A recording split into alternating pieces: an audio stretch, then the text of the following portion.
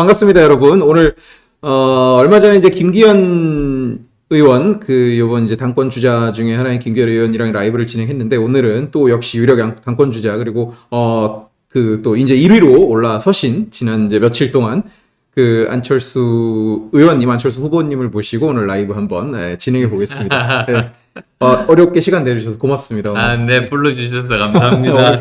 네, 휴일 저녁인데 이렇게 제가 또 못 쉬게 이렇게 제가 만들어 버렸어요. 자, 좋습니다.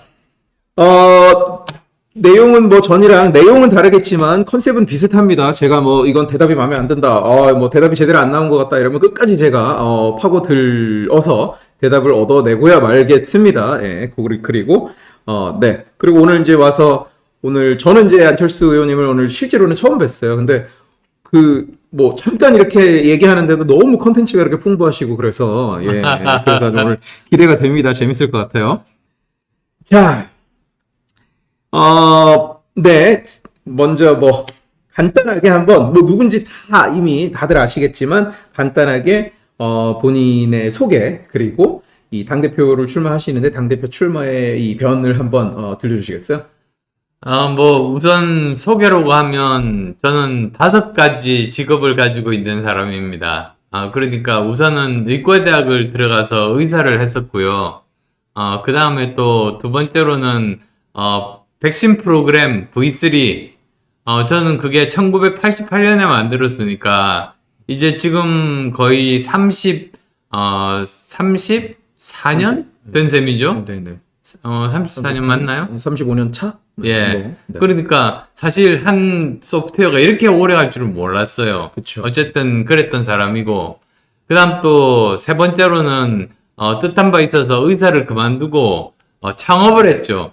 그리고 이제 원래 계획은 제가 프로그래밍 하려고 했는데 회사 망한다고 아무도 경영을 못해서 제가 했어요. 그래서 이제 경영자로서의 이제 삶은 살고, 네. 그 다음에는 이제 회사가 안정이 되니까 사실 제가 하나 다른 전문 경영인이 하나 갖겠더라고요. 그렇다면 저는 더 의미 있는 일을 하겠다. 회사 경영은 전문 경영인에게 다 맡기고 이제 저는 학생들 가르치고 그리고 힘든 벤처 기업들 무료 컨설팅 해주고 그런 일을 했었죠. 네네. 그 다음에 이제 5번째 지금 현재 직업인 정치를 하고 있습니다. 그게 이제 제 소개인 셈이고요. 네네. 그 다음에 왜 제가 이번에 당대표로 나오느냐. 이유는 하나입니다. 내년에 총선에서 이기기 위해서입니다. 왜 그런지 아세요? 제가 사실은 이번에 인수위원장을 맡으면서 계획을 세웠어요. 그리고 저는 그 계획대로 되면 우리나라 진짜 G10을 넘어서 G7 선진국 될 수 있다고 생각했습니다. 근데 그런 것들이 국회에서 다 막히는 거예요. 워낙에 숫자가 적다 보니까. 네네. 그래서 제가 당대표가 돼가지고 내년 선거를 승리로 그리고 일당이 되어서 반드시 이 계획을 완수하겠다. 그 계획입니다. 네, 고맙습니다. 그러니까 처음엔 의사, 그리고 개발자, 경영자, 그리고 교수, 그리고 이제 정치인까지 5개의 네. 이렇게 직업을 네, 좋습니다. 자, 그렇다면 자, 내가 당 대표가 되어야 하는 이유, 자 이제 각오는 이제 말씀을 해주셨는데 네. 그렇다면 나는 어떤 장점을 가지고 있다. 요 2주 열흘 전쯤에 이제 김기현 의원과 이제 라이브를 할 때 김기현 의원 뭐라고 얘기하셨냐면 이제 대선 기간에 원내대표를 했고 네. 또 판사 경험도 있고 그리고 예, 울산 그럼, 시장 경험하면서 입법, 사법, 행정을 다 경험해 본 분이다. 요런 이제 장점으로 꼽았거든요. 여러 판사나 또는 울산시장도 하실 수 있는 그런 거였겠네요. 네. 그래서 예. 어떤 안철수라는 사람만의 이제 장점이다. 당대표로서 당대표를 잘 해낼 수 있는 요런 게 있다면 한 3가지 정도 말씀해 주시면 예. 좋을 것 같습니다. 네. 저 사실 10개 정도 말하려고 했는데 갑자기 각본이 없이 3가지만 그렇게 말씀하셔도 괜찮습니다. 네, 네. 아니요. 예, 저 3가지만 말하겠습니다. 우선 첫 번째로는 저는 영남에 기반을 둔 수도권 3선 의원입니다. 네. 그러니까 사실은 저희 집안이 경북 영주입니다. 네네. 그리고 또 저희 할아버님이 부산상업고등학교 유학을 가시면서 이제 할아버님, 아버님, 저 이렇게 부산에서 살게 됐어요. 그러니까 부산 사람이지만 뿌리는 경북 영주다. 이렇게 말씀드리고요. 근데 수도권에서 3선 의원을 했습니다. 근데 정말로 그것이 중요한 게 지난번에 총선은 우리가 전국적으로 진 게 아니에요. 우리가 총선을 수도권에서 졌습니다. 121석 중에서 17석만 살아남아가지고 115석으로 쪼그라든 겁니다. 그래서 이번에 수도권에서 이겨야 되는데 그러려면 수도권 사령관이 필요한 거죠. 예를 하나 들게요. 지금 현재 우크라이나 전쟁이 벌어지고 있습니다. 근데 우크라이나는 작고 러시아는 큽니다.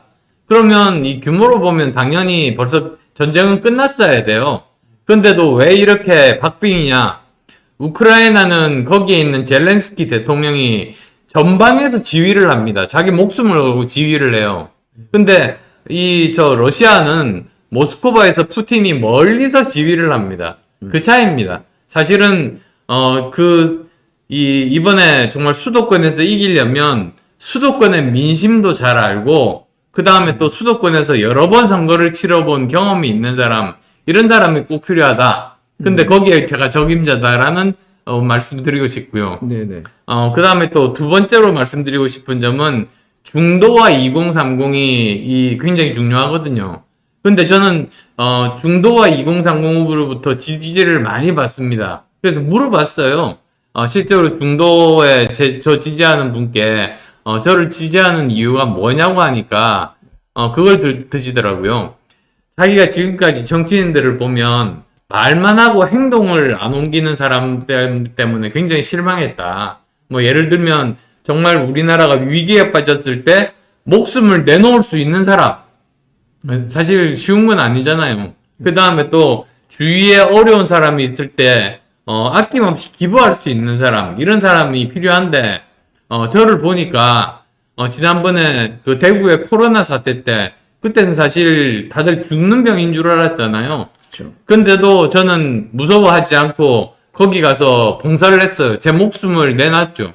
그리고 또 그 서울시장 선거에서 승패가 정말 그 불확실하고 도저히 가능성이 없다고 생각했을 때 저는 제 몸을 던져가지고 이제 서울시장 선거를 야권이 이김으로써 사실 그 정권 교체의 발판을 마련했고요. 그리고 실제로 윤석열 대통령과 함께 후보 단일화를 통해 가지고 저는 제 몸을 던져 가지고 이제 우리 선거에서 이겨서 정권 교체가 된 거 아닙니까? 그리고 또 저는 안랩이라는 회사를 만들었었는데 이거를 정치 목적 없이 정치하기 훨씬 전에 지분 절반을 기부했습니다. 왜 그랬냐면 사실은 저는 이렇게 생각했어요. 어떤 회사가 성공하는데 그게 전부 다 그 사람의 몫은 아니다. 왜냐하면 예를 들어서 제가 V3를 그때 아프리카에서 만들었으면 이 정도 성공했겠습니까? 이게 다 보면 어떤 회사가 성공을 하기 위해서는 선조들부터 내려와서 이렇게 여건을 만들고 주위에 많은 사람들의 도움 때문에 성공을 하는 거거든요. 그렇죠. 외부 요인을 무시할 수 예, 그래서 최소한 절반은 사회의 것이다 생각해서 절반을 기부를 했어요. 근데 그게 1,500억 정도 됐습니다. 150억이 아니고요. 그래서 뭐 갑자기 궁금해지는데 그러면은 다른 당의 의원들 지금까지 저 기부한 돈 다 합치면 얼마쯤 될까? 그쪽 분들 생각보다 기부 안 하기로 유명해가지고요. 예, 어쨌든 얼마 안 될 텐데요. 네네. 뭐 어쨌든 저는 1,500억 기부했고요. 네. 그리고 그거를 어디다 썼느냐?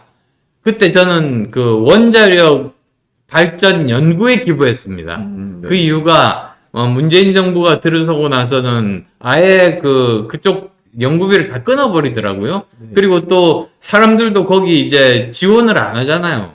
안 되겠다 싶더라고요. 5년 뒤에 되면 우리는 정말 먹고 살 길이 막막하다. 그래서 거기에다가 지원을 했습니다. 주로 제가 그 중에서 제일 수준이 높다고 이렇게 평가를 받는 카이스트에 있는 원자력공학과의 정용문 교수팀에 네. 거기에다 기부를 하게 됐거든요. SMR에 기부. 예, SMR에 기부를 해서 이제 그게 쭉 지금까지 이어지고 이제는 뭐 UAE에도 수출하고 이제 앞으로 수출길이 열리는 거죠. 그래서 그렇게 정말 저는 실제로 증명했죠. 나라가 위기에 빠졌을 때 제 목숨도 정말 거기에다가 바칠 용의가 있는 사람이라는 걸 증명을 했고, 그 다음에 제 재산 아낌없이 절반을 기부한 사람이니까 그것 때문에 저를 지지한다. 그렇게 말씀을 하셨어요. 그래서 참 감사하고, 그거가 사실은 성적을 이렇게 찾아보시면 증명이 됩니다. 뭐냐면 제가 서울에서는 보통 보면 1, 2% 싸움이거든요. 네. 어떤 경우는 한 5% 가지고 이제 이기고 지고 그래요. 저 빼놓고. 왜 그러냐면 저는 제일 적게 이겼을 때가 20% 이기고요. 많이 이기면 거의 30% 가까이 이깁니다. 저는 항상 수도권에서 20, 30% 이기는데 제가 잘난 게 아니라 오히려 그런 것을 믿어주시는 중도에 계시는 분들, 2030 분들 덕분에 이제 저는 그렇게 된 거죠. 그게 이제 두 번째 이유고요. 네. 그 다음에 세 번째 이유로 따지면은, 개파 공천 있지 않습니까? 즉, 공천 파동이 일어나면서 망하거든요. 근데 예를 들면 저는 제가 챙길 개파는 없습니다. 그러니까 저는 오히려 개파보다도 정말로 국민들에게 필요한 사람들을 공천하고 싶어요. 그래서 정말 그대로 그 사람이 그 지역에서 얼마나 명망과 존경을 받고 있는지, 그 사람의 전문성이 얼마인지, 그 사람이 그 지역 발전을 위해서 정치에서든 사회운동에서든 얼마나 열심히 한 사람인지, 또 전직 의원이나 현직 의원 같으면 제대로 그 의정 활동을 했는지, 이런 것들을 제대로 계량화해서 압도적으로 앞서는 분 같으면 그냥 공천 드려도 되고요. 만약에 비슷하다면 경선을 해서 이기는 사람이 정정당당하게 공천을 받으면 그러면 그게 국민들이 바라는 것이다. 저는 그렇게 생각합니다. 네, 여러분 10개 말씀해달라고 말씀드렸으면 오늘 방송이 끝났을 수도 있을 것 같은데요. 네. 관련 질문은 나중에 총선 얘기할 때 조금 더 드리고요. 네. 조금 캐주얼한 질문으로 다시 넘어가서, 요거는 제가 인터뷰하는 분들한테 다 여쭤보는 건데, 개인적으로 존경하는 인물이 있다면 어떤 인물이고, 그리고 그 이유는 뭔지, 짧게 한번 답변해 주시겠어요? 저는, 대부분의 혁신가를 좋아합니다. 그 혁신가라는 게 세상에서 없는 것을 만들어내는 사람 아니에요. 네. 사실은 소프트웨어 만드는 사람들은 다 혁신가입니다. 소프트웨어라는 게 자기 머릿속에서 상상한 것을 실제로 컴퓨터에서 구현해가지고 만들어내는 사람이거든요. 그래서 그런 사람도 사실은 다 혁신가인 거죠. 근데 그 중에서도 제가 제일 존경하는 사람이 사실은 스티브 잡스입니다. 아마 아실 거예요. 스티브 잡스가 스탠포드 대학생들을 대상으로 졸업 연설을 했어요. 그 사람은 대학교 중퇴생이거든요. 근데 스탠포드 박사들한테 연설을 했어요. 근데 그 사람이 이러는 거예요. 자기가 1학년 1학기 다녀보고는 재미없어서 중퇴했대요. 그래 놓고 나서 그 다음부터 했던 일이 자기가 그냥 나중에 쓰일지 안 쓰일지 모르지만 흥미가 있는 그런 과목만 이렇게 들었답니다. 근데 그 중에 하나가 폰트에 관련된 거였었어요. 자기가 나중에 폰트 어떻게 쓸지 압니까? 근데 그런 걸 이렇게 듣고 있다가 20년 정도 뒤에 이제 애플사를 창업을 할 때 갑자기 그 생각이 나더라는 거예요. 그때까지 컴퓨터는 폰트 한 가지였거든요. 여러 가지 폰트들을 자유롭게 선택하게 하면 어떨까? 그렇게 해서 만들어진 게 매킨토시고 지금의 맥인 거죠.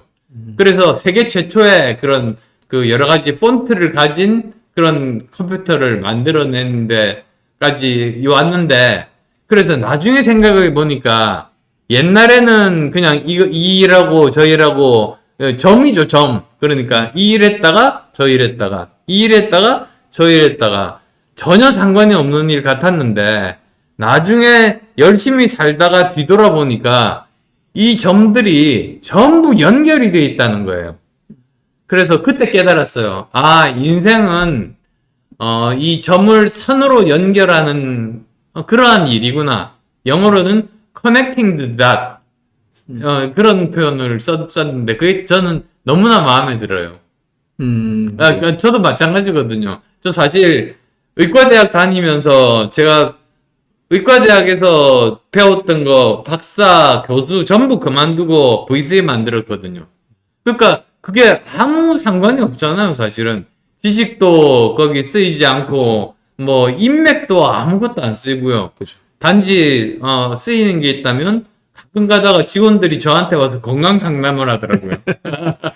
그런 일이 있었지만 뭐 사장님 전혀 저 없었고요. 아픈데. 예.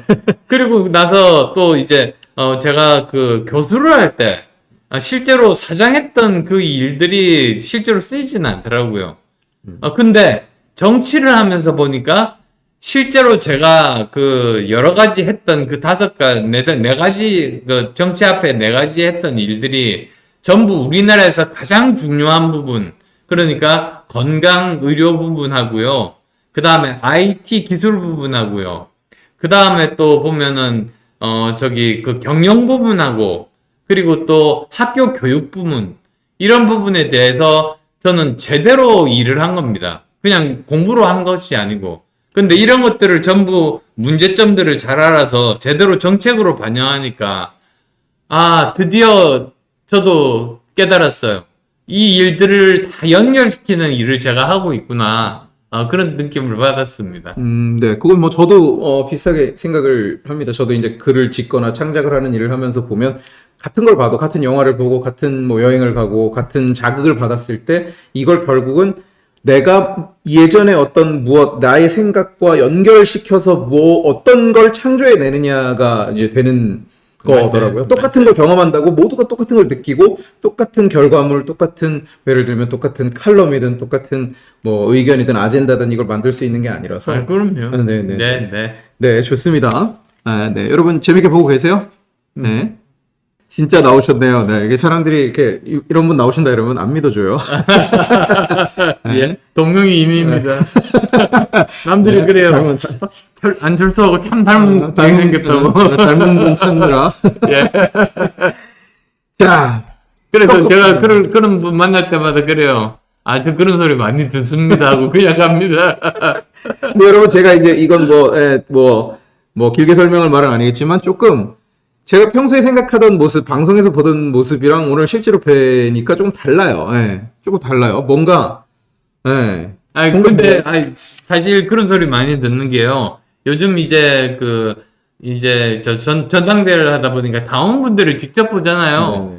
근데 다원분들이 80%가, 내가 지금까지 알던 안철수, 이름 다 알죠? 근데 너무 다른 사람이라는 거예요. 그러니까 결국은 보니까 지난 10년 동안 정치에서 여러 가지 음해가 있고 오해가 막 쌓여가지고 실제 저하고 전혀 다른 이미지를 많은 분들이 가지게 된 것 같아요.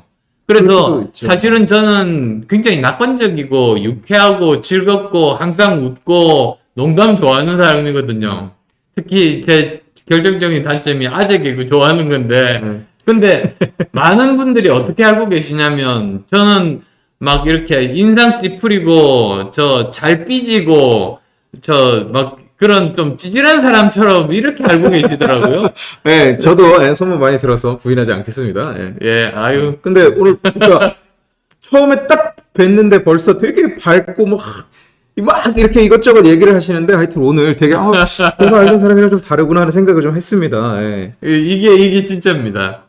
예. 물론 그렇겠죠. 이제 이게 실제로 본 모습이니까. 예, 이게 진짜예요. 그러니까 갑자기 생각이 나는 게 제가 열심히 다니다 보니까 식당에 갈 시간이 없어요. 그래가지고 할 수 없이 전국에 있는 그 김밥은 거의 다 사 먹거든요. 근데 구미일 겁니다. 거기 가서 아주머니가 이렇게 보더니 좀 불쌍하셨는지 오렌지를 주세요. 그래서 제가 오렌지 보면서 그랬어요.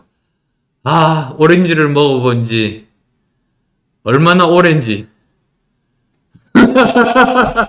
여러분 이 부분은 나중에 하이라이트 올릴 때는 편집을 안 하고 그대로 올리겠습니다. 자, 이런 게 아재 개그죠. 네, 심각한 수준의 아재 개그. 네, 좋았어요. 네. 자, 조금 어려운 질문으로 이제 들어가 보겠습니다. 이제 정치를 입문하신 뒤에 여러 가지 일들이 있었고, 다른 사람들과 저는 되게 뭐 정치라는 것 자체가 그렇지만, 그래도 다른 정치인들과 비교해도 굉장히 파란만장한 이 삶을 사신 것 같은데, 정치 입문 후에 본인이 가장 잘한 결정은, 내가 가장 잘한 결정은 이거다. 또, 내가 가장 후회를 한다면 후회를 하고, 그러지 말았어야 했다면, 말았어야 한다. 예. 그걸 한 가지씩 말씀해 주시겠어요? 예, 뭐 한 가지 뿐이겠습니까? 또 그러면 네. 또 이 시간이 다 가니까 그냥 한 가지만 아우 진짜 너무 이렇게 시간을 안 주시네요. 어쨌든 저는 사실 오래오래 해도 되는데. 제일 잘한 결정은 저는 이번에 그 후보 단일화라고 생각해요. 대선 때. 네. 그래서 우리나라의 방향을 정말 그 자유민주주의와 그리고 시장 경제. 아니, 사실 저는 사업한 사람 아니지 않습니까? 그러니까 시장 경제를 믿으니까 사업을 하는 거죠. 그 방향을 다시 제대로 잡은 기회를 얻었다. 그래서 저는 제일 잘한 결정이라고 생각하고요. 제일 잘못한 결정은 그 2012년에 문재인을 도와준 겁니다. 사실 그 이유가 뭐냐면 사실은 결국은 문재인 그때는 떨어졌죠 사실. 근데 그 사람이 결국 나중에 대통령이 돼서 한 일이 결국은 자유민주주의 부정하고 그 다음에 또 시장 경제도 부정하고 이런 일들을 했지 않습니까? 그러니까 저 신념이나 또는 대한민국 정체성과 전혀 다른 일을 했고요. 거기다가 또 개인적으로는 더 나쁜 일은 제가 도와줬는데도 불구하고 저를 음해를 했어요. 뭐 안 도와주고 미국 도망갔다 이런 식으로 사실을 말씀을 드리면 그 사람 그래도 나름대로 저는 한번 도와주면 열심히 도와주는 성실한 사람이기 때문에요. 그렇게 안 보이실지도 모르겠어요. 아니, 성실해 보이세요. 그러세요. 네. 그런데 고맙습니다. 근데 어쨌든 열심히 도와줬는데 이 사람이 딱 지고 나니까 제가 잘 안 도와줘서 졌다는 거예요. 근데 일단은 첫 번째 잘 안 도와줬다는 건 사실이 아니에요. 그 다음에 또 두 번째 안 도와줘서 졌으면 대통령 나올 자격이 없는 거지. 누구 도움 안 받아서 대통령이 안 되면 그거는 대통령 되면 안 되는 사람 아니겠습니까? 정말 저는 그런 생각들을 하게 됐어요. 그 사람은 뭐 오늘 그런 사람이니까요. 제가 오늘은 수위 조절을 좀 하겠습니다만 예. 저 굉장히 싫어하는 사람이니까. 끝나고 양산 가서 데모하고 싶어. 박원순 씨한테 이제 단일화했던 건 후회 안 하세요 혹시? 그거는 제가 설명을 드리면 그때가 서울대 교수였어요. 아, 네. 그리고 그때는 제가 이제 사실 뭐 제가 원하지도 않았는데 갑자기 뭡니까 저 여론조사에 나오더라고요. 네. 근데 그때는 제가 그거를 네. 정치를 전혀 몰랐기 때문에 그것 때문에 뭐라고 그럽니까? 중간에 제 이름을 빼달라고 그렇게 요구할 수 있는 권리가 있는 줄도 몰랐어요. 그래서 저는 저 출마 선언도 하지 않았는데 불출마 선언을 하게 됐죠. 근데 그 자리에 제가 그 전에 포스코 사회이사를 같이 했었던 박원순 씨가 또 나와 있는 거예요. 그래서 자신이 지킨 거죠. 사실 그게 진실입니다. 네. 여러분. 그리고 그 이후로도 1년 동안 서울대 교수를 했어요. 정치인이 아니었죠. 그러니까 그때는 정치인의 생활이 아니었습니다. 제 수업이 있었고 학생들 가르치고 제 지도 학생이 있었고 근데 뭐 그때까지 포함해서 정치 인생으로 이렇게 계산한 건 잘못된 거죠. 뭐 사실 그때 되게 돌풍이 일어서 이제 안철수 돌풍이 막 일면서 이제 지지자들이 막 결집을 하고 모이는데 이제 좀 한참 후순위에 있던 사람이랑 이렇게 뭔가 힘이 합쳐지는 모습이 보이면서 결국 이제 그 사람이 당선이 되고 이러면서 지지자들은 지지자를 나름대로 실망하고 또 이제 보수 진영에 있는 사람들은 저 사람 그래도 보수 진영의 일부 뭐 중도적 성향을 좀 띠더라도 그런 줄 알았는데 이렇게 이 상황이 만들어져 버렸네 이런 얘기가 좀 있기는 있었던 건 사실이거든요. 그러니까 그때 사실 보면 제가 만약에 1%라도 정치할 생각이 있었으면 절대 그만 안 뒀을 겁니다.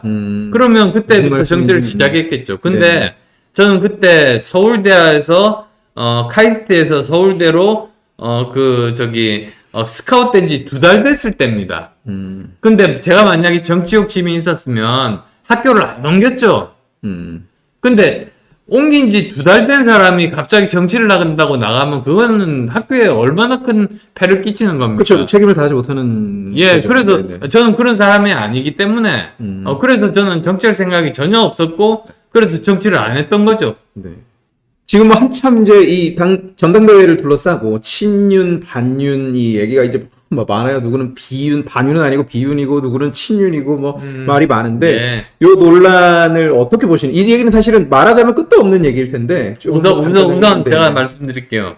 이번 선거에서 가장 중요한 기준은 누가 내년에 총선에서 한 표라도 더 받고 한 사람이라도 더 당선시켜서 윤석열 정부를 성공시킬 수 있는가. 그거 하나만 중요합니다. 가장 중요한 거겠죠. 이거는 비윤, 반윤, 또 친윤의 대결이 아닙니다. 그런 걸로 이렇게 구분을 하는 것 자체가 오히려 어떻게 보면 저는 민주당 프레임에 말리는 것 같아요.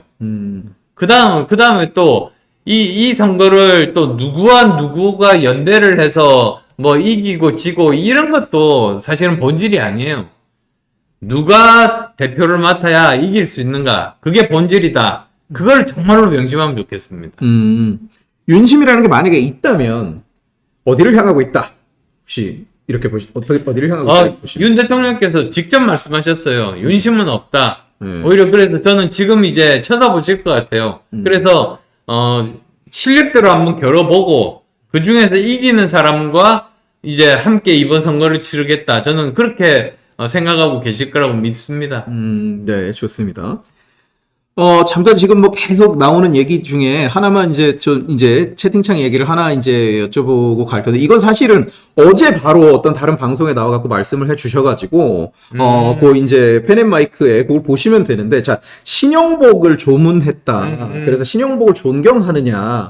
여러 이제 얘기들을, 여기도 지금 채팅창에 굉장히 많은 분들이 얘기하고 계시고, 그런데 어제 이제 말씀을 예. 하셨어요. 근데 예. 그거 얘기 이제 듣고 계시니까, 간단하게 어제 하셨던 말씀 좀 해명해 주시면 좋을 것 같습니다. 예, 아니 그때가 저 야권에서 활동하고 있을 때예요. 그리고 또 사람이 죽었으면 조문하면서 나름대로 그래도 그 사람에 대해서 나쁜 말을 할 수는 없잖아요.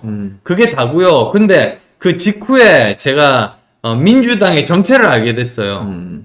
정말 민주당은 정체를 정확하게 말씀드리면 세상에서 가장 비민주적인 계급 집단입니다. 그렇죠. 왜 그러냐면 보통 때는 표시가 안 나는데 결정적일 때 운동권과 운동권이 아닌 사람, 특히 저처럼 의사 그리고 전문가 이런 사람들은 육두품이 돼요. 그죠.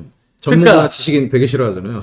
그러니까 이름은 민주당인데 사실은 세상에서 제일 비민주적인 계급 정당인 거예요.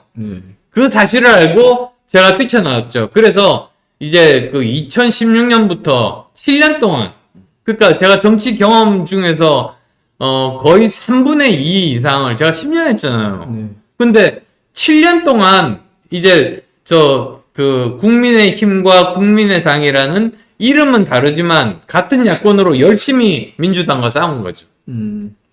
네. 여러분 해명이 좀 되셨습니까? 어제 이제 그때는 잘 몰라서 말씀을 이렇게 글에 썼다 정체를 이렇게 어제도 이제 말씀을 하셨는데, 사실 이 정치인 그리고 이제 이런 위치에 있는 사람이 뭘 모른다고 얘기하기가 어렵습니다. 진짜 이게 남들이 누가 봐도 모르는 거고 누가 봐도 틀렸는데 그걸 끝까지 자기는 그걸 안다고 억지를 쓰면서 사실은 문제가 커지는 거거든요. 근데 난 뭐 몰랐다 하고 말씀하시는 거 저는 오히려 좋은 거라고 봅니다. 예, 저는 그렇게 생각해요. 이 개인적인 생각으로. 여러분이야 다르게 생각하실 수도 있지만. 네, 자, 다음 질문으로 갈게요. 아까 이제 중도의 지지를 이제 받고 이끌어내고 이런 말씀을 좀 하셨는데, 이 중도 포용 이미지가 실제로 있고, 또 중도에 가까운 정당, 이제 다른 당 이제 이 활동을 하실 때는 또 그런 사람들과 이제 함께 이제 정당 활동을 하고 하시면서 보수주의, 그리고 우파적 어떤 우파 이념적인 선명성은 좀 약하다, 떨어진다. 뭐 좀 심하게 얘기하면 믿을 수 있느냐. 이런 이제 지적이나 그런 얘기를 하는 분들이 굉장히 많거든요. 그래서 중도 이미지라는 것이 확장성에는 도움이 되겠지만 또 이렇게 어찌 보면 보수 진영 내의 어떤 집토끼에게는 또 이 어필을 좀 못하거나 좀 약해지는 것이 아니냐. 또 윤석열 대통령이 지금 되게 자유라든지 이런 가치를 얘기를 이제 지속적으로 하시면서 그러면 이게 입장이 좀 반대되는 것 아니냐 하는 이제 지적들이 이렇게 나오고 반윤 뭐 이렇게 딱히 윤석열 대통령한테 반대한 적은 없으신 걸로 제가 아는데도 저 사람은 반윤 아니야 이런 얘기가 나오는 건 사실 그런 입장 차이가 반영이 되는 게 아닌가 좀 싶거든요. 그래서 이 이념이라는 관점에서 그 성향이라는 정치적 성향이라는 관점에서 스스로를 어떻게 보시고 어떻게 판단하시는지. 저는 자유민주주의와 시장 경제를 정말로 믿는 그런 건강한 보수주의자입니다. 그게 제 이념 정체성의 정확한 부분이고요. 그리고 이제 제가 지금까지 살아온 이력을 다 보시면 그대로 다 있습니다. 첫 번째, 서울의대 졸업해서 의사 출신의 의대 교수를 했잖아요. 그럼 그게 사실 뭐라고 합니까? 보수에서 벗어날 수가 없는 거 아니겠어요?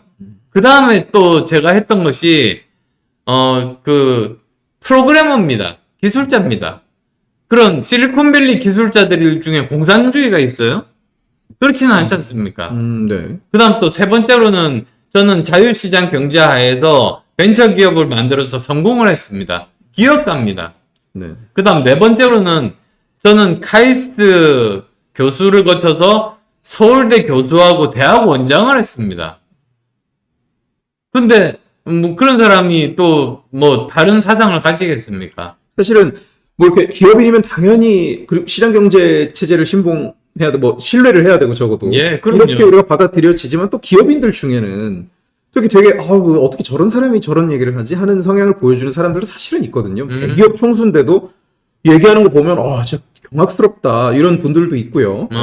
그래서 사실은 이렇게 그러니까 기업인이기 때문에 나는 믿어도 된다라고는 사실은 어필이 안 될 수도 있을 것 같아요. 예. 그럼 어떻게 설명하면 되죠? 글쎄요, 모르겠어요. 제가 여기서 이제 뭐 이 인생 역정을 요거를 이제 설명을 요구할 수는 없을 것 같아요. 그러니까 이렇게 보면 되겠네요. 어떤 경력 가지고 그것을 설명하기보다는 오히려 어떤 경우에 행동을 가지고 그쵸. 사실은 사람의 진심을 보여주는 건 말이 아니고 그 행동과 결정이 그 사람을 결정하지 않습니까? 네. 근데 뭐 예를 들면 가장 최근의 일로 제가 이제 문이 아니지. 큰일 날 뻔했다. 윤 대통령하고 손을 잡고 함께 이제 정권을 교체했던 것. 그것 하나만으로도 증명되는 거 아니겠습니까? 이재명이 되면은 절대로 안 된다. 네. 그 신념 하나만으로 이제 결정을 했으니까요. 저는 그거 하나만으로 충분히 증명이 된다고 생각하고요. 네. 뭐 하나 더 필요하다면 바로 그 전에 우리 서울시장 재보궐선거 때 정말 패색이 짙었을 때 저는 모든 걸 다 걸고 우리가 이길 수 있도록 제가 도왔거든요. 그것만 해도 저는 뭐 충분한 증명이 된다고 생각합니다. 누가 네. 그렇게 일을 하겠어요? 좋습니다. 다음 이제 OX 퀴즈로 넘어가기 전에 얼마 전에 이제 이 말씀을 하셨어요. 안철수, 윤석열은 손흥민, 케인 듀오다. 근데 제가 이제 축구를 잘 몰라가지고 예. 이게 무슨 얘기지 잘 이제 와닿지가 않더라고요. 그래서 그게 무슨 얘기로 이제 무슨 의미로 말씀하신 건지 한번 들려주시면 좋겠다 생각을 했습니다. 아, 그게 그 영국의 토트넘 그 팀에서 같은 멤버예요. 네네. 근데 둘 다 진짜 유명한 스트라이커입니다. 그래서 주로 이제 한 사람이 어시스트고 한 사람이 골을 넣고 하면서 두 사람 다 정말 세계적인 골 득점력에 있어서 세계적인 사람들이거든요. 근데 그 팀 그 역할이 너무나도 잘 맞기 때문에 그래서 제가 그 예를 든 거고요. 마치 그런 팀워크가 잘 맞는 그런 팀처럼 저도 윤석열 대통령과 팀워크를 잘 맞춰봤다. 우선 첫 번째로는 서로 후보 단일화를 통해 가지고 정권 교체를 한 게 첫 번째이고, 두 번째로는 이제 서로 함께 대통령직 인수위원회를 하면서 문제가 없었습니다, 사실. 110개나 되는 거를 1시간 동안에 설명을 하면서 아무 문제가 없었거든요, 지금까지도. 근데 그게 왜 그러냐면요. 100배 이상의 시간을 뒤에서 들여서 그런 일이 없은 겁니다. 무슨 뜻이냐면, 어떤 것을 발표하기 전에는 미리 보고를 합니다. 그리고 거기에 대해서 이견이 있으면 서로 이견 조율을 합니다. 그래서 최종적으로 결제를 넣습니다.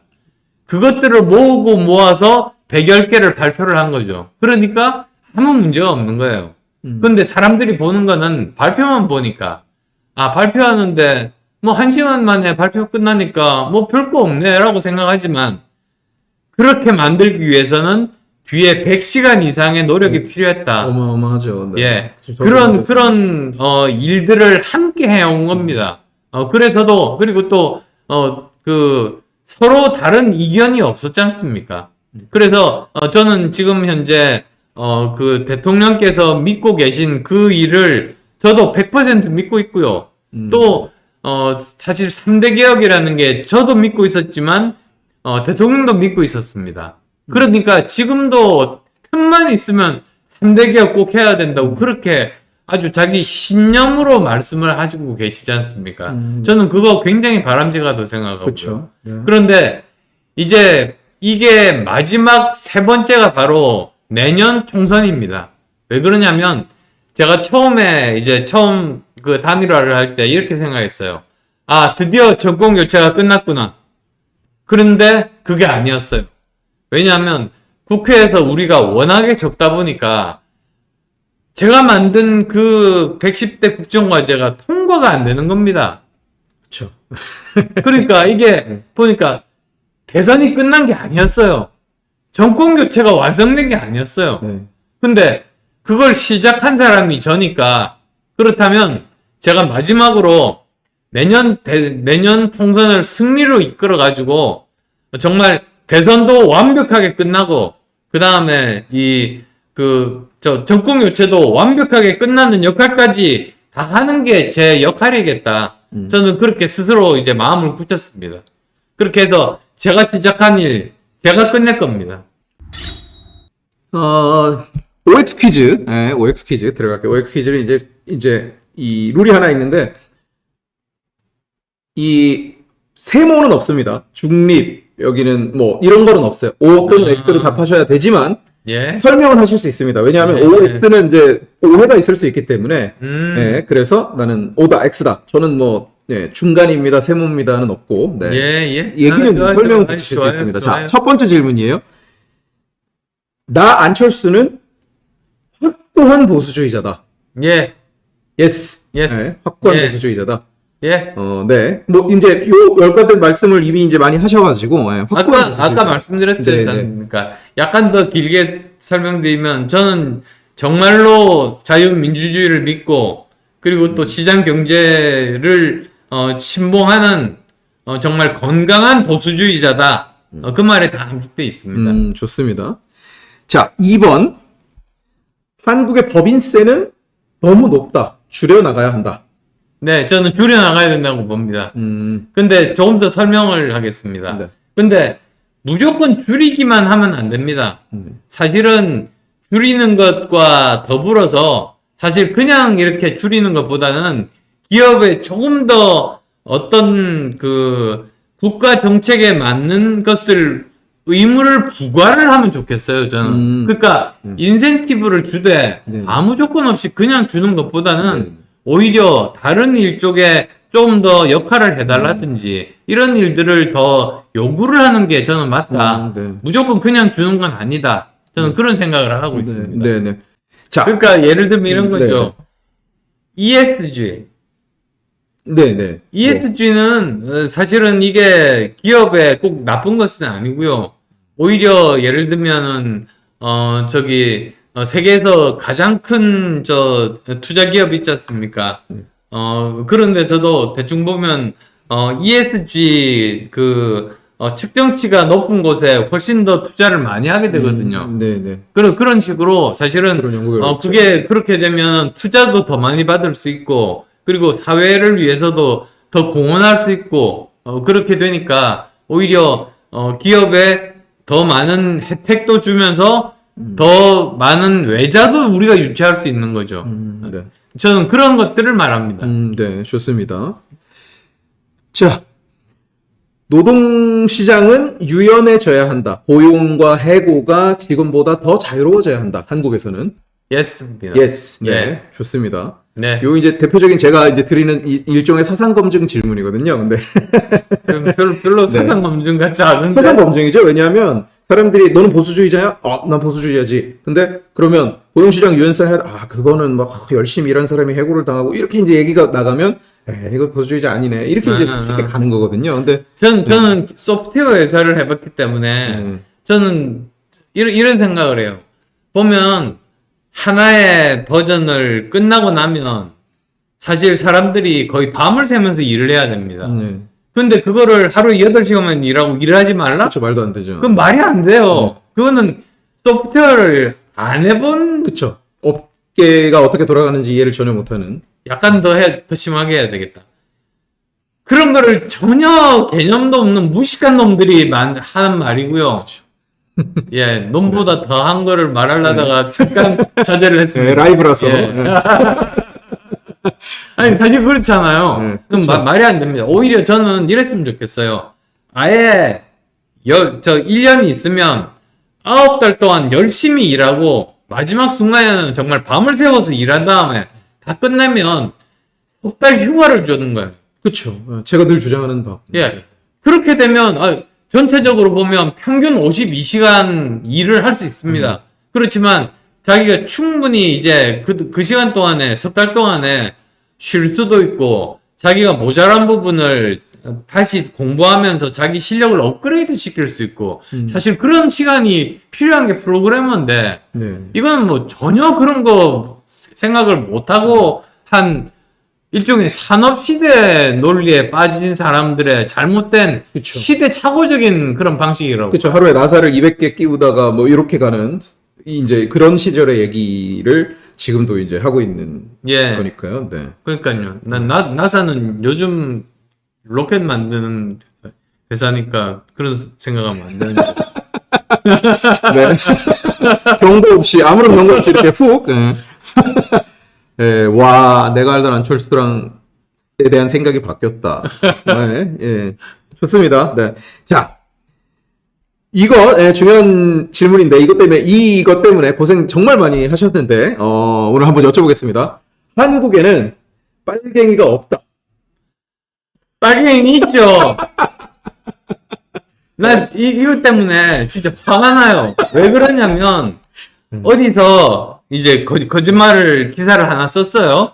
근데 거기에 아무런 녹취도 없습니다. 아무런 증거도 없습니다. 제가 말한 어떤 것도 없습니다. 이게 이제 제 기억으로는 아버님께서 누구와 인터뷰를 했는데 거기에 내 아들이 이렇게 얘기를 하더라라는 얘기가 어떻게 실려 있던 거죠. 예, 실려 있었는데 그것도 그대로 한 게 아니고 기자가 또 어떤 목적인지 모르지만 다르게 옮겨 썼어요. 그러면서 한국에 간첩이 없다는 식으로 말했는데 저는 그런 말을 한 적이 없거든요. 네. 근데 그거를 이제 썼습니다. 그래서 제가 3번이나 4번에 걸쳐서 조선일보도 당장 2013년부터 저는 그런 말을 한 적이 없습니다라고 분명히 이야기했고 여러 기사에 제가 그 말을 한 적이 없다고 실렸어요. 그런데도 아직도 그걸 가지고 제가 세상에 간첩이 없다고 생각하고 있다고 계속 거짓말을 하시는 거예요. 그 질문이 여기도 어마어마하게 나왔고요. 이제 저한테 이제 리플에도 많이 달렸고. 근데 제 기억으로는 간첩이 없다가 아니라 빨갱이가 없다. 기사 원래 첫 기사가 그랬죠. 그죠? 그랬는데 빨갱이도 있고 간첩도 있죠. 예. 어쨌든 여러분 잘 들으셨습니까? 예, 빨갱이도 있고 간첩도 있다. 이렇게 생각하신다고.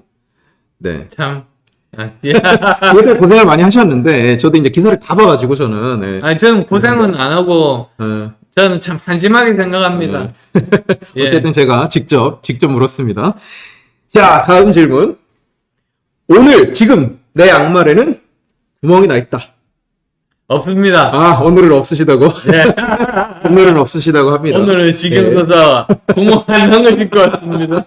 네, 며칠 전에 새거 양말 또 받으셔가지고. 제가 별 생각 없이 사실 그날 신었었는데요. 아니, 사실 그게 구멍 뚫린 거 아닙니다. 구멍 아니죠. 예. 예. 달아가지고 망사처럼 이렇게 된. 시스루. 예, 시스루. 예, 시스루여서 이제 아마 제 경험에 한 2번 정도 더 신으면 구멍이 뚫리면 저는 구멍 뚫리면 버리거든요. 아, 네네네. 예. 예. 저도 사실은 이렇게 망사되면 조금 더 신거든요. 그럼 이제 발톱 같은 데 걸리면 이제 버리려고. 예, 맞습니다. 네. 자, 이 어디서 이렇게 어떤 이제 말씀을 어떤 방송인가 어디에서 말씀하셨던 걸로 제가 기억하는데 나는 내 별명 중에 안초딩이라는 별명이 가장 마음에 든다. 네, 이렇게 말씀하셨어요. 이건 제가 부가 설명을 좀 듣고 싶어서 왜 안초딩이라는 별명이 왜 마음에 드시는지. 저는 마음에 드는 이유가 초딩이라는 거는 순수함을 간직한 거 아닙니까? 네. 세상에서 제일 어려운 게 순수함을 간직하는 겁니다. 네. 저는 이렇게 생각해요. 사람들이 잘못 생각하고 있는 게, 악한 사람은 강하다. 그리고 또 선한 사람은 약하다. 근데 저는 반대라고 생각합니다. 세상을 이렇게 살다 보니까, 다들 그러죠. 다들 이제 초등학교 나오면서 착하게 살아야지 이러면서 이제 살거든요. 기본적으로 사람들은 선하게 사는 것에 대해서 정말 어떤 의무감 같은 걸 가지고 있어요. 근데 사람들이 타협을 하게 되죠. 내가 지금 좀, 형편이 안 좋은데, 또는 우리 가족 때문에 내가 이 부분에 대해서 조금만 타협을 하면은, 일종의 타협이라고 표현하죠. 그러면은, 이 사람들을 도와줄 수가 있는데, 이런 식으로 타협을 하는 겁니다. 타협을 하면서 결국은 그 결과로 많은 사람들을 힘들게 만들어요. 그러면서 실제로 악당이 되는 거죠. 그러니까 사실은 약한 사람들이 악당이 되는 거예요. 근데 그게 아니라 정말로 아무리 힘들어도 옳지 않은 건 옳지 않다고 자기의 신념을 지키는 선한 사람들은 굉장히 강한 사람들입니다. 강한 사람들만이 선함을 지킬 수 있는 그런 사회가 돼 있어요. 그래서 저는 악한 사람들은 약한 사람들이다. 선한 사람이 진정으로 강한 사람이다. 저는 그렇게 생각합니다. 네, 좋습니다. 자, 납득을 하시는지 모르겠어요. 제 기억으로는, 그 납득은, 지금 하신 말씀에는 저는 100% 납득을 하고요. 예. 정말로 항상 그 연도 도구마에 빠져서 막, 이제, 약자가 선하고, 가난한 자가 선하고, 부자는 악하고, 이런 식의 이 문법은 저는 정말로 잘못됐다고 생각을 하고, 안초딩이라는 별명이 제 기억으로는, 이게 제가 정확한지 모르겠는데, 토론회에서 이렇게, 이렇게 등 돌리시고 이런 것 때문에 생긴 실망, 어쨌든, 그런 것 때문에 생긴. 맞습니다. 그러면 그 행동은 순수한 행동이었다고 생각하시나요? 아니면 내가 조금 순수하고 좋은 행동이었다인지 아니면 조금 내가 그거는 좋지 않은 모습이었던 것 같다고 생각하시는지. 연기력이 부족했죠. 연기력이 부족했죠. 제 마음을 제대로 전달하려면, 그게 보니까 어느 정도 연습이 필요하더라고요. 그러니까, 자기는 제대로 표현했다고 생각했는데, 실제로 거울을 보면은, 그게 좀, 다른 모습으로 비치거나, 또는 제대로 표현이 안 되는 경우가 있지 않습니까? 네네. 사람이 보는 시선에 따라 다르기 때문에. 근데 제가 지금 와서 생각해 보니까, 그때 제가 그 연기력이 부족했구나. 연기력을 길러야겠다.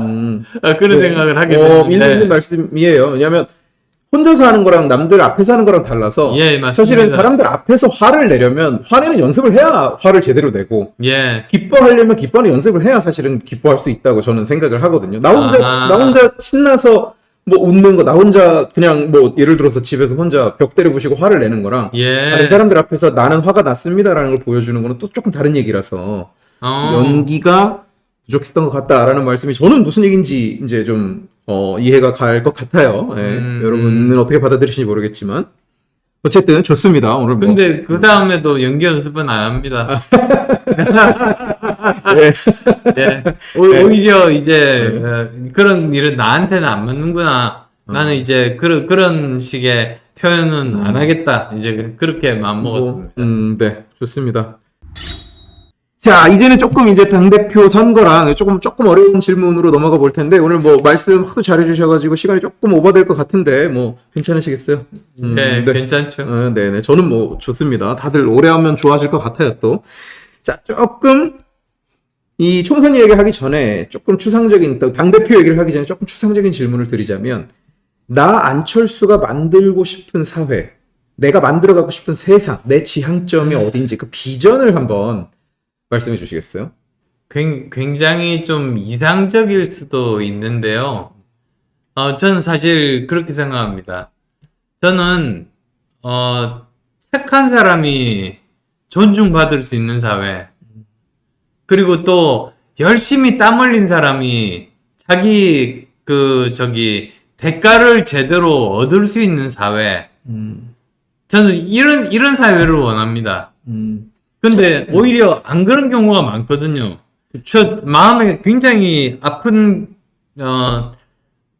기억이 하나 있는데 무슨 뜻이냐면 저랑 친한 기자분이 한 분 계셨어요.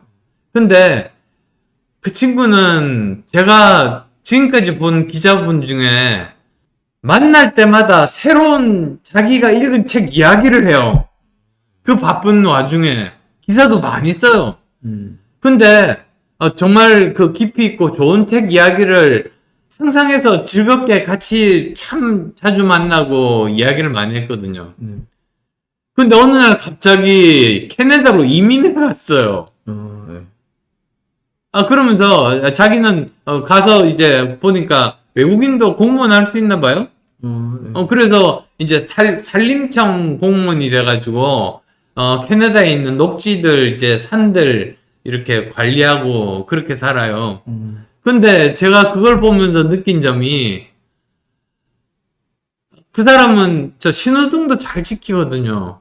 새치기도 안 하거든요. 이렇게 착한 사람들이 다 떠나고 나면 나중에는 악한 사람만 남아가지고 저 같은 사람은 남아서. 다른 사람들이 살기가 얼마나 각박해질까. 정말 오히려 그런 사람들이 다시 돌아오게 만들 수 있는 이런 사회, 그런 사회를 만들고 싶다는 생각을 하게 됐어요. 그럼 처음에 착함이라고 말씀하셨을 때 그 정의는 정말로 선량한 네, 사람. 정말로 선한 사람, 네. 진짜 선한 사람. 남들 마음에 상처를 주는 거를 정말로 싫어하는 사람. 차라리 내가 마음의 상처를 받고 말지 남한테 상처 안 주는 사람 있잖아요. 네. 진짜 그런 사람이 진짜 선한 사람이죠. 네. 좋습니다. 자, 그렇다면 이제 국민의힘이라는 정당의 당 대표 자리를 이제 노리고 계신 건데, 목표로 삼고 계신 건데, 그 국민의힘이라는 정당의 정치적인 지향점 그리고 이념적 지향점은 무엇이라고 생각하시는지, 그리고 그게 본인과 어떻게 매치가 되는지. 뭐 아까 이제 많이 설명하신 부분에 뭐 겹치는 부분도 있겠습니다만, 네. 네. 어떤 국민의힘이라는 정당을 이제 정의하신다면, 예. 네, 그리고 본인이 거기랑 어떻게 매치가 되는지 또 이제 매치를 시켜 보신다면, 예. 저는 우선 첫 번째로는 가장 중요한 것이 자유민주주의를 정말로 진심으로 믿고 그것을 어떤 대가를 치르더라도 반드시 보호한다는 그런 사명감에 있는 정당. 네. 그게 이제 첫 번째고요. 두 번째로는 자유시장 경제에 대해서 정말 신념을 가지고 그런 환경을 계속 조성하고 만들려고 하는 그런 정당이 정말로 중요하다고 그렇게 생각을 하고 있고요. 또 세 번째로는 그럼에도 불구하고 지금 전 세계에서 가장 극심한 문제가 양극화를 넘어서 양극단화로 가고 있다는 겁니다. 그래서 굉장히 어려운 사람들이 많아요. 저는 지금 하나 더 보태자면은 우리가 이렇게 사회적인 약자들에 대해서 그냥 이렇게 버려두고 승자들만 이렇게 잘 사는 그런 사회가 아니라 그런 사람들까지도 다 품어 안는 그런 정당들, 사회적인 약자도 따뜻하게 품는 그 사람들을 돌보는. 왜냐하면 사실은 보수에서 제일 중요한 가치가 뭡니까? 사회 안정 아닙니까? 사회가 안정되고 평화롭고 행복하게 살기 위해서 저는 제일 좋은 그 예가 최부잣집 같아요. 경주 최부잣집에서 가뭄이 들면은 광문을 열어서 쌀을 나눠줍니다. 왜 그렇겠어요? 그거는 그대로 놔두면 사람들 굶어 죽고 폭동이 일어나고 사회가 불안정해지니까 그걸 막으려고 그러는 거거든요. 저는 그래서 경주 최부잣집이 정말로 보수의 가치를 제대로 실현하고 믿고 있는 그런 집안이었다라고 저는 생각하고 있거든요. 그래서 마찬가지로 지금 현재 보면은 그 복지도 제일 먼저 만든 게 비스마르크거든요. 독일의 보수주의자가 왜 복지를 만들었느냐? 사회를 안정시키기 위해서. 그래서 마찬가지로 이 방송 들으시는 분들도 이런 정말로 중요한 두 축, 정말 그 자유민주주의와 그리고 이런 자유시장 경제와 함께 자유시장 경제에서 낙오되는 사람들이 있을 수가 있는데, 이런 사람들도 우리가 품어 안으면서 사회적인 안전망을 만들어주는 게 그게 우리가 바라는 정말로 중요한 가치인 사회적인 안정과 평화, 이런 걸 얻을 수 있다. 저는 그런 생각을 가지고 있습니다. 네. 당대표라는 자리의 역할이, 이미 당대표를 해보셨지만, 예, 4번 해봤습니다. 네, 이미 당대표를 해보셨지만, 이제 해보셨으니까 또 그만큼 또 철학이 정립돼 있으실 테고, 자, 당대표라는 자리의 역할이 무엇일까요? 특히 지금 상황에서 국민의힘, 그리고 국민의힘이 지금 정권을 잡고 있는 이 상황에서 당대표의 자리의 역할이 무엇인지, 그리고 국민의힘 당대표가 된다면 지금 가장 중요한, 가장 시급하게 해결해야 되는 문제가 무엇이라고 생각하시는지. 여러 번 나왔습니다만 정말 제일 중요한 한 가지가 내년 총선에서 우리가 일당이 되는 겁니다. 네. 그리고 특히 저는 170석을 목표로 하고 있습니다. 네. 왜 그러냐면 지금 현재 우리 수도권 121석 중에서 17석밖에 없습니다. 우리가 전체가 115석이거든요. 네. 그 말은 무슨 말이냐면 수도권을 제외하고 나서는 나머지 100석 정도 있다는 말이에요. 그렇게 되면 우리가 수도권에서 절반 이상을 우리가 가져와야 됩니다. 절반이면 60석이잖아요. 그러면 160석이 됩니다. 절반 이상, 예를 들면 70석이라고 하면 170석을 가져오게 되는 거죠. 네. 어떤 사람들은 그래요. 지금까지 우리가 그 정도를 가져온 적이 있나? 이런 말도 하시는데, 아니, 저는 오히려 반론을 내세우고 싶어요. 아니, 지금 민주당이 103석인데, 왜 우리가 70석도 못하느냐고. 우리 할 수 있다고 믿고, 그렇게 노력하고 만들자. 저는 그렇게 설득을 하고 있거든요. 그리고 저는 충분히 우리가 노력하면 가능하다고 생각합니다. 네. 지금까지 된 적 없다는 말은 사실 의미가 없죠. 네, 왜냐면 없죠. 문재인 같은 대통령이 있었던 적도 없고, 예. 이재명 같은 당대표가 있었던 적도 없으니까. 네. 아, 네. 예. 네, 그러니까 충분히 가능하죠. 네. 예. 참, 대장동이 제 지역구인 안 그래, 저한테 의원으로서 네. 진짜 이재명이 그럴 때마다 절망적인 생각이 듭니다. 지금 백현동에 사시는데 동네에 못 나가신대요. 네, 하도 사람들이 언제 잡혀가냐고 물어서. 제발 좀 검찰에서 빨리 좀 해결 좀 해주세요. 네, 좋습니다. 자,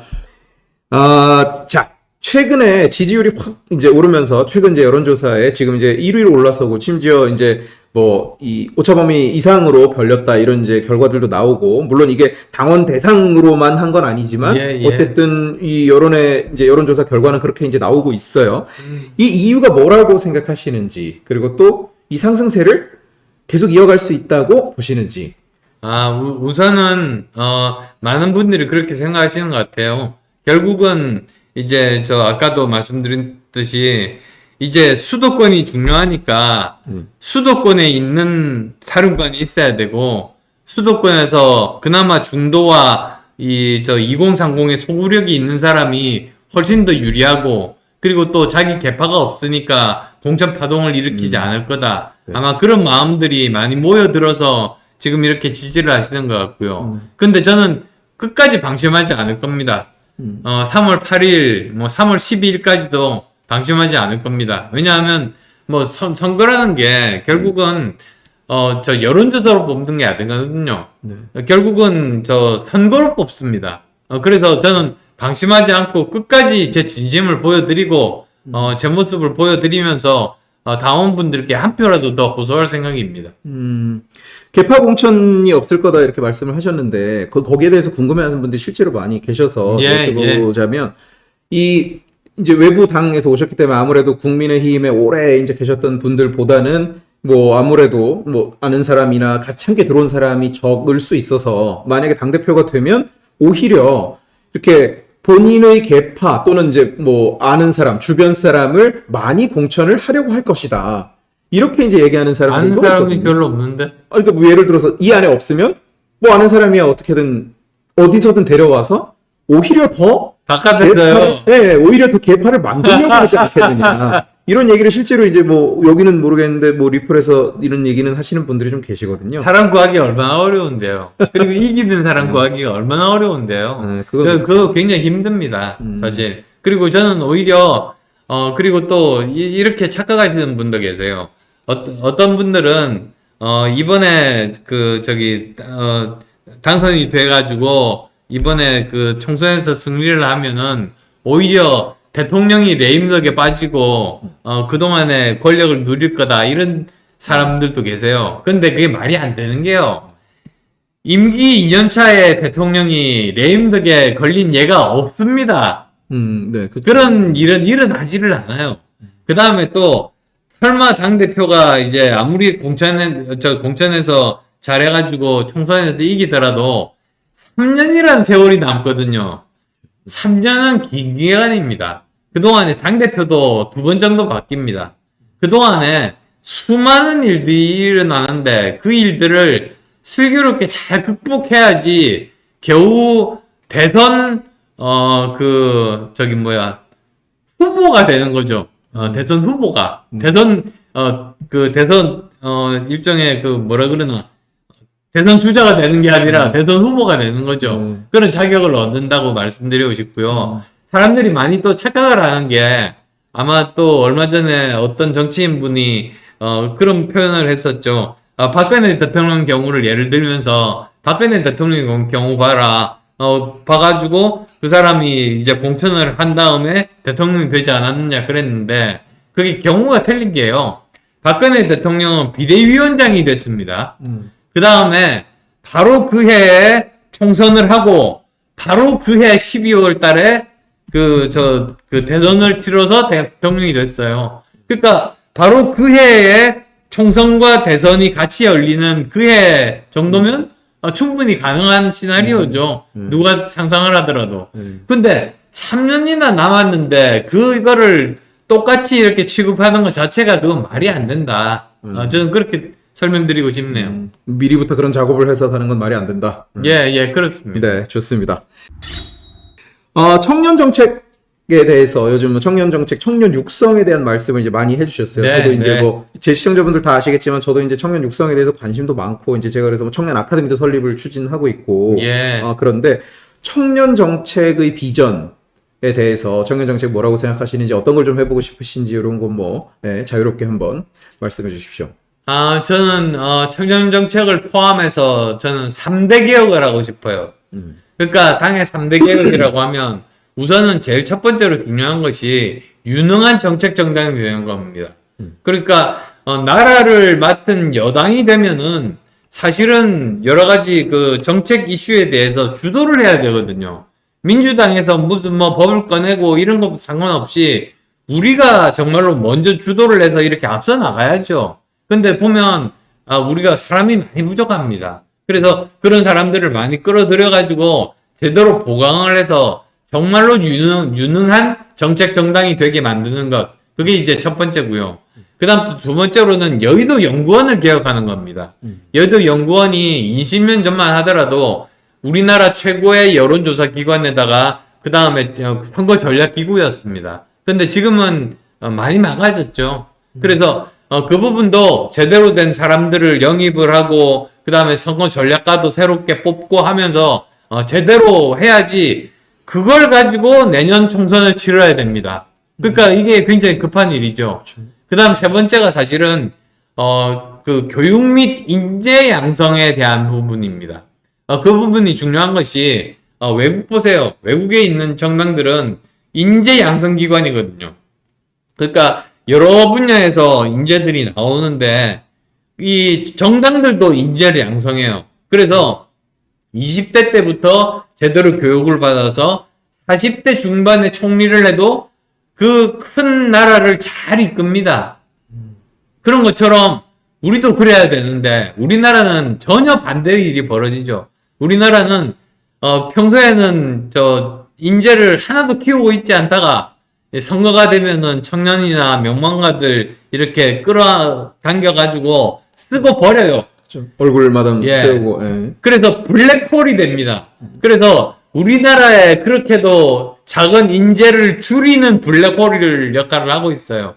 더 이상 그러면 안 된다. 그래서 전 우리 국민의 힘만이라도 우리는 제대로 인재를 키우는 정당. 그래서 젊은 사람들부터 시작해가지고 코스를 아주 길게 잡아가지고 그 사람들에게 교육을 시키고 그 사람들에게 기회를 주고 그래서 그 기초의원부터 광역의원부터 국회의원까지 그렇게 길을 제대로 열어주면 정말로 훌륭한 사람들이 저는 많이 나올 수 있다고 보고요. 그 다음에 또 이런 직업 정치인들 뿐만 아니라 당원들 있지 않습니까? 당원들이 10년 넘은 당원들이 아직도 천안연수원 이야기를 많이 해요. 그런 것처럼 우리가 만약에 돈이 없다고 하면 빌리더라도 또는 돈이 있으면 사더라도 해가지고 제대로 된 연수원을 만들어가지고 거기에서 뭐 1년에 1박 2일이라도 제주도에 있는 사람과 강원도에 있는 사람 같이 서로 만나게 해서 교육도 받고 서로 밤새워서 서로 얼굴도 익히고 이야기도 하게 하고 하면서 당이라는 게 뭡니까? 물이 당자거든요.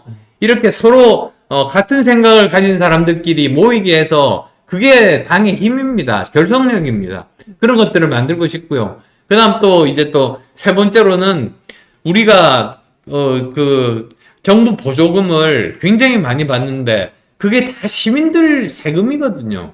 근데 우리가 시민들한테 어떤 서비스를 합니까? 안 하거든요. 그러니까 저는 그러면 안 된다. 오히려 전국에 있는 주요 도시마다 무료 시민 정치 강좌를 해야 된다. 그래서 가짜 뉴스가 뭐냐? 그리고 SNS를 보면서 한쪽으로 이렇게 편향된 그런 이야기만 듣는 사람들을 어떻게 하면 바로 이렇게 균형 있는 시각을 가지고 합리적인 사람들로 만들 수 있는가? 이런 것들부터 해가지고 우리가 이렇게 교육을 시킬 수 있는 그런 굉장히 많은 주제들이 있습니다. 그게 우리나라를 발전시킬 수 있다고 믿거든요. 왜 우리가 교육이 중요한가? 그리고 지금 왜 미국과 중국에서 어떤 일로 지금 싸우고 있는가? 이런 것들을 다 알아야 돼요. 이런 것들을 전부 다 하고 싶다. 이런 말씀 드리고 싶어요. 그렇죠. 시민 계몽이라는 거는 중요한 일인데, 네, 좋습니다. 기대 이상으로, 네. 네, 기대 이상. 제 관심 분야이기 때문에 기대 이상으로 말씀을 좀 해주셨어요. 자, 마지막 질문입니다. 마지막 질문. 자, 170석 슬로건으로 정하셨는데 그 정도면 이제 대승인데 아까 이제 뭐 이 수도권에서 절반을 이기겠다 요런 이제 요 계산은 이제 충분히 이제 말이 이제 네, 말이 된다고 생각을 하고요. 그렇다면 가지고 계신 어떤 압승 전략 내가 전에는 거의 다 뺏겼는데 이제 절반 이상 내가 가져오겠다 하는 그 압승 전략에 대해서 뭐 오늘 이 자리에서 다 설명 못 하시겠지만 뭐 이렇게 간단하게나마 핵심을 찍어서 말씀해 주신다면 어떤 게 있을까요? 그러니까 일단은 우리가 이제 여당입니다. 네. 여당은 쓸 수 있는 여러 가지 뭐라고 합니까? 자원들이 많습니다. 그러니까 그런 자원들을 많이 활용해야죠. 사실 뭐 지난번에 문재인이가 사실 뒤에 뭐 이름도 붙이고 싶지도 않은데 괜찮습니다. 예. 어쨌든 뭐 그런 뭐 여러 가지들을 이용해 가지고 선거에서 이용했지 않습니까? 치사하게. 네. 그렇지만 우리는 정정당당하게 국민들에게 줘야 될 것들을 주고 또 제대로 정책들을 펼치고 하면서 국민들에게 제대로 혜택을 줄 수가 있는 그런 여당의 입장이고요. 네. 그 다음에 또 공천을 또 제대로 정확하게 하는 모습들을 보면 아마도 그걸 보고 많이 감동할 그 시민들도 많을 겁니다. 네. 그 다음에 또 그것뿐만이 아니라 우리가 할 수 있는 그런 여러 가지 그 3대 개혁 아까 말씀드렸습니다만 그런 활동들을 1년 동안 열심히 하면 정당이라는 게 저런 일을 하는 거였구나. 지금까지 저런 일을 하는 정당은 못 봤는데 이 정당은 정말로 괜찮다. 이렇게 저는 1년이라는 기간이면 충분히 그런 이미지들을 쌓을 수 있는 그런 기간이라고 생각하거든요. 그러면서 특히 이제 수도권에 있는 중도 표심이라든지 또 2030이라든지 그런 그 표심들을 많이 가져올 수 있다. 저는 그렇게 생각을 합니다. 그리고 또 물론 이제 특히 이제 제가 강북 출신이거든요. 노원에서 초선 재선을 하다 보니까 강북에서 제가 지금도 표가 많이 나와요. 그래서 강북에 있는 원외 당협위원장들이 저한테 대해서 기대를 많이 가지고 있는 이유가 사실은 그래서인데요.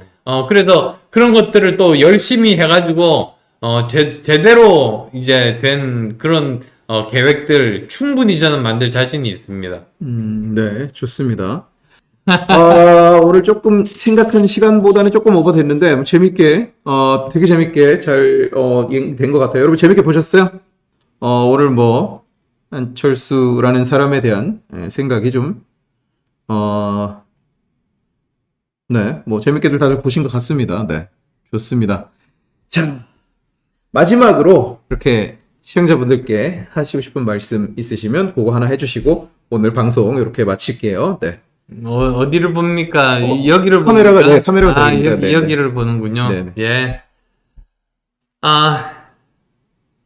어떻게 보셨는지 모르겠습니다. 사실 저라는 사람에 대해서 진짜 지난 10년 동안 오해도 많았습니다. 그런데 사실 저는 이렇게 말씀드릴게요. 사람이 50이 넘어가면 안 바뀝니다. 근데 저는 사회에 50년 살면서 끊임없이 봉사를 했던 사람이고 실제로 행동으로 보여줬던 사람입니다. 제가 의과대학 다닐 때 계속 의료 봉사 활동을 했었거든요. 그 다음에 또 제가 그 의과대학 교수를 그만두고 사명감에 벤처 회사를 차렸지 않습니까? 그래서 V3를 일반에게는 무료로 공급하고 기업에만 판매를 해서 그 수익금 가지고 일반에게 무료로 배포하는 개발비를 댔습니다. 그 일을 한 겁니다. 그리고 또 그대로 그냥 거기서 살았으면 아주 평생 편하게 살 수 있었겠죠? 그렇지만 저는 그 일 말고 그 일은 다른 사람도 할 수 있으니까 오히려 그 전문 경영인에게 맡기고 저는 다른 학생들을 돕는 일, 다른 기업을 돕는 일을 찾아서 대학 교수의 길을 걸었습니다. 그리고 또 대학 교수의 길을 걸으면서 학생들의 고민들을 듣다 보니까 이것을 제도적으로 고치지 않으면 고치기 힘든 문제들을 발견을 하게 돼서 그래서 제도를 고치러 이렇게 정치에 입문을 하게 됐습니다. 그래서 사실 제가 보시면 아시겠습니다만 제가 정치를 해서 돈을 법니까? 제가 정치를 해서 명예를 얻습니까? 욕을 많이 듣죠, 오히려. 제가 정치를 해가지고 권력을 휘두르는 거 본 적이 있습니까? 저는 정치는 봉사입니다. 저는 봉사 때문에 정치를 하고 있습니다. 그래서 정말 사람들을 함께 살아가는 사람들을 위해서 그리고 또 제 딸이 앞으로 계속 살아갈 이 나라가에서 제대로 행복하게 잘 살게 하기 위해서 제가 사회로 받은 이 재능을 가지고 열심히 봉사를 하고 있다. 그래서 정치를 하고 있다. 그런 진심을 알아주셨으면 좋겠습니다. 네, 고맙습니다. 자, 제가 아까 OX 퀴즈 하면서 하나 여쭤보려고 그랬는데 깜빡 잊고 안 여쭤본 게 있네요. 지식의 칼 혹시 평소에 보십니까? 아니요. 예. 예, 되게 솔직하신 본동 하셔도 되는데. 예, 지금 네, 이제부터 볼게요. 네. 제가 꼭 보시게 만들겠습니다. 네, 저는 그런 거 잘하니까요. 오늘 그 주말 저녁에 이렇게 늦게 시간 내주셔서 그리고 예상된 시간보다 오버해서 열심히 답변해 주셔서 고맙습니다. 여러분 재미있게 보셨길 바라고요. 또 뭐 생각하던 안철수, 기대했던 안철수가 기대에 부합하는지 또는 조금 뭐 다르게 생각하고 있었는데 더 낮게 더 좋게 생각이 바뀌었다. 뭐 어느 쪽인지 뭐 모르겠지만 어쨌든 서로 이렇게 재미있고 의미 있는 시간이었다고 저는 믿습니다. 저는 또 다음에 혹시 당대표 되시면 종종 출연해 주실 생각은 있으신지. 예, 그럼요. 그럼요. 네. 언제든지 불러주십시오. 아이고 좋습니다. 네, 오늘 그럼 여기까지 하고요. 감사합니다. 네, 감사합니다. 시청자 여러분 고맙습니다.